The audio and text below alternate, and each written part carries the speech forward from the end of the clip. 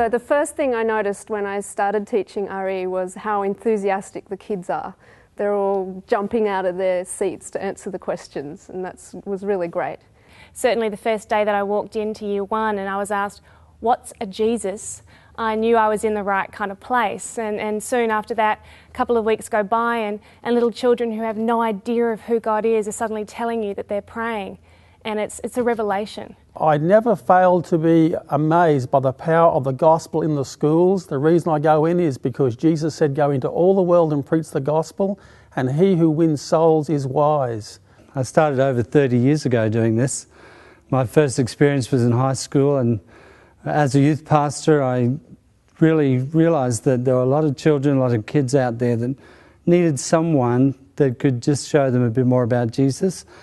All of the kids can participate in it. They don't have to be good at reading or spelling or maths. The more I thought about it, I realised that there are good statistics behind why we do what we do, because after the age of 14, people actually deciding to become Christians falls away from 1/3 to just 4%. So it's so crucial that we reach a generation at that age when they're ready to hear, ready to receive. I had the great opportunity to teach the story of David and Goliath to a Year 7 class. I had this idea to split the class up into two sections, the Israelites and the Philistines. I stood as Goliath's representative on the side of the Philistines, and I got the tallest kid to be Saul for the Israelites. I challenged him and said, "You're going to come out here and give me an arm wrestle, and if you lose, your team has to do all of our homework for the rest of the year, and every time we go out to the playground, you have to come and pick up all our rubbish."